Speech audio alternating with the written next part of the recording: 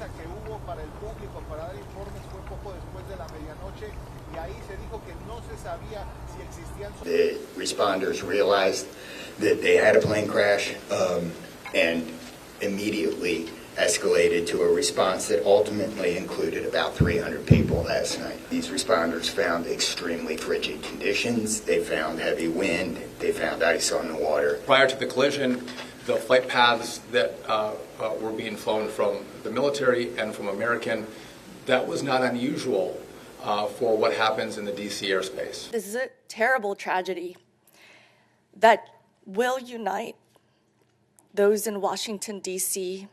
and Wichita, Kansas forever.